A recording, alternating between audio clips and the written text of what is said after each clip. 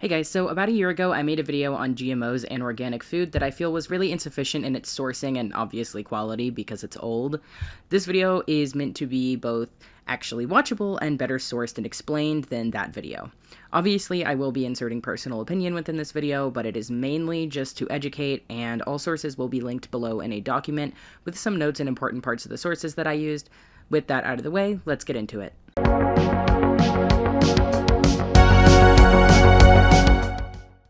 So, what is a GMO exactly, and what does organic actually mean? Organic food does not have one universal descriptor, as it is regulated by the government of the country it's sold in, though many regulations overlap in Europe and North America. In the US, organic food is regulated by the USDA, or US Department of Agriculture. While there is a long list of what makes something actually qualified as organic, which you can find in my script notes and sources, I'll sum it up to 3 things. Organic produce must use pest control that is primarily physical, mechanical, or biological. There are a few synthetic methods of pest control that are approved, such as some pesticides and herbicides.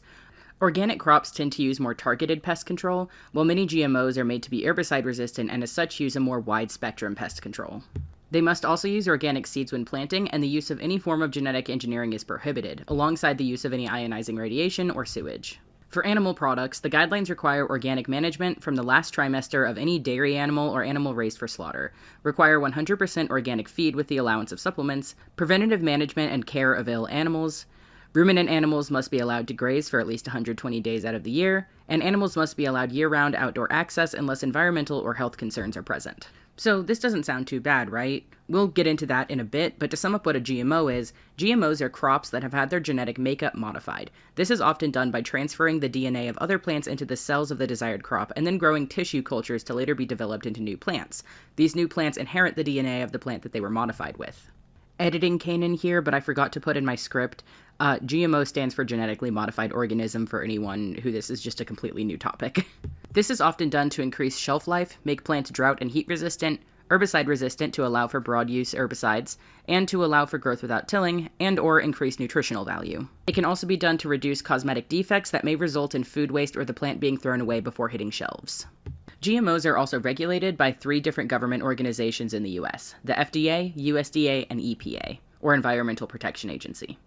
Okay, so we've defined our terms, so what's the problem here? I'll admit that not all regulations on organic food is bad. The only area, however, in my opinion, that I truly see any benefit is animal welfare, which is not inherently worse in non-organic food, but I do personally believe should be more heavily regulated, especially as a vegetarian. That being said, I have 2 main issues with organic food. 1, the banning of the use of GMO products, and 2, the lack of actual benefits they provide. Which comes with a little 2.5 of capitalism, but we'll get into that later. In my personal opinion, organic food is a marketing tactic the same way that sugar-free and fat-free food was so heavily promoted in the 2000s and 90s. There is obviously a tangible difference, however that difference provides no actual benefit to consumers and is largely an excuse for higher pricing margins. Quoting Britannica, the price of organic food is generally higher than that of conventionally grown food. Depending on the product, the season, and the varieties of supply and demand, the price of organic food can be anywhere from less than 10% below to more than 100% above that of conventionally grown produce, end quote. But what is actually better about organic food? There's been no research to suggest that organic food actually has any health benefits, and the environmental benefits lean towards GMOs, which I'll get back to in a moment. There have been countless studies on the health impacts of GMO foods, and they lack any evidence to suggest that GMO foods negatively impact health in any way, including very unfounded and, in my opinion, ignorant fears that it will impact the DNA of those consuming them, including pests who may consume them during production. Ultimately, organic food appeals to people who are susceptible to the naturalistic fallacy. Organic food is often marketed as more natural. Many organic food companies use words like nature, natural, and similar phrases in both brand name and marketing. They also often promote fear-mongering around the quote-unquote synthetic and fake nature of GMOs, and a deep misunderstanding surrounding them with words like frankenfoods and scare tactics surrounding radiation, and as mentioned earlier, the changing of plant DNA that will change those who eat the plants. This mainly comes from the swath of misinformation surrounding the production of GM crops and a human tendency to lean towards what we believe is most healthy, and misinformation that GMOs contain radiation or can change your DNA presents a picture of them that is not only unhealthy but dangerous. The naturalistic fallacy is the idea that things found in nature are inherently better than those not. However, this is evidently not true. Many very natural things, such as nightshade plants or cyanide, are detrimental to human health but are found in nature. Many things not found in nature, such as medications and things like air conditioning or plumbing, are obviously beneficial. Aside from that, almost every food that we eat has been modified through selective breeding, and organic or genetically modified is not something that we would find in nature, where you stumble across a wild variety of that plant. Common examples, but this is a wild watermelon and a wild banana. In reality, most harms associated with GMOs are either misinformation, a result of capitalism as a whole, or human error, not the technology itself. GMOs actually have a net positive impact on the environment, where organic crops can require more land, which increases deforestation, more water, still use pesticides and herbicides, sometimes in more harmful ways, and increase food waste. Some GM products are even more nutritious than organic crops. Organic produce in the US, Canada, and much of Europe requires the use of tilling. Tilling is the preparation of soil by digging, stirring, or overturning it. This requires the use of massive and fuel-hungry farm equipment. Many GM crops do not require soil tilling, and as a result have decreased greenhouse gas emissions associated with tilling and farm equipment by 7.5% of all agricultural emissions in Europe. Some GM crops, due to being both herbicide-resistant and the lack of tilling requirement, can reduce greenhouse gas emissions as well by keeping the carbon in the soil as opposed to being released into the atmosphere. In addition to this, some newer GM crops have been engineered to reduce water usage by up to 25% in comparison to their non-GM counterparts. 90% of the world's fresh water supply is used by agriculture, and developments like this can make massive impacts when widely implemented. GM crops also reduce food waste, in part due to longer shelf lives, but also due to being able to be modified to reduce cosmetic defects.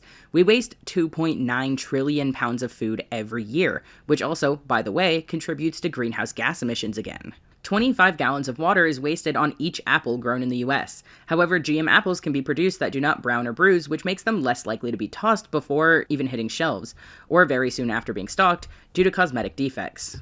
Many crop yields are also lost due to drought, meaning the resources used on them to ultimately die are also wasted. Drought and heat resistance in many GM crops makes it less likely for these crops to die, as well as using less resources on their production in the first place. Moving on, what about pesticides and herbicides? While GM crops and organic crops use these pest protection methods, GM crops are able to use broad-spectrum versions as they can be modified to be resistant to them, while organic crops often use targeted herbicides to avoid killing the crop itself. While GM crops result in a net increase in herbicide use, that is not the whole picture. Where many GM crop producers will overuse these pesticides, in countries like Canada they have actually decreased their usage. Overuse of herbicides is often a result of human error. However, in addition to that, the IEQ value, or the environmental impact quotient, is significantly better with herbicides used in GM crop production over organic crop production. So despite the higher usage of them, the actual product itself is less harmful to the environment. And before moving away from this, let's all just remember that herbicides and pesticides are washed off of our food before we get it, organic or GMO, and you are not eating it. Before wrapping up this video, I want to discuss capitalism. I know, leftist, scary, but this is an important factor to me in my feelings around both GMOs and organic food, so I'm going to talk about it. While the idea that GM crops are physically unable to be replanted is a myth, farmers do often enter into contracts to agree to not replant and instead buy new seeds each year. This is 100% a product of capitalism and not the technology itself, but it is harmful nonetheless. Companies that do the actual genetic modification want larger profits and do not view the environmental positives of their product as enough of a reason for them to produce them. This is obviously bad, but organic food is not exempt from capitalism and actually exists purely as a result of it. As discussed throughout the rest of this video, organic food does not have any health benefits above non-organic food and does not positively impact the environment, and the fear-mongering surrounding their competitors is just that, fear-mongering. Organic food, however, does have justification for higher prices due to arbitrary and often harmful requirements for production that make them measurably different from other options, even if that difference has no benefit to consumers. Organic food exists as a marketing tactic that relies on the naturalistic fallacy in order to price significantly higher than competitors and increase margins. Go open the Walmart or Target or whatever your local grocery store or fucking similar thing is app and search for the price of produce and then compare the organic to the non-organic variant of that produce. I live in Denver. At my local Walmart that me and my partner get most of our groceries, a 3-pound bag of normal russet potatoes costs $3.47, where an organic bag of the same size and type costs $4.48. Regular green onions cost only 98 cents, where organic ones cost $1.86 each, almost twice the price, and that is for one little bundle of green onions.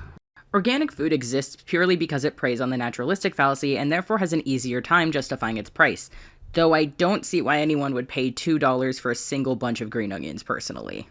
To end the video, this isn't me telling you to never buy organic food. I personally don't, but ultimately what you decide to eat is no one else's business. However, if you're already paying higher for organic food, I'd encourage you to go at least once to check out a farmer's market and support local farmers in your community.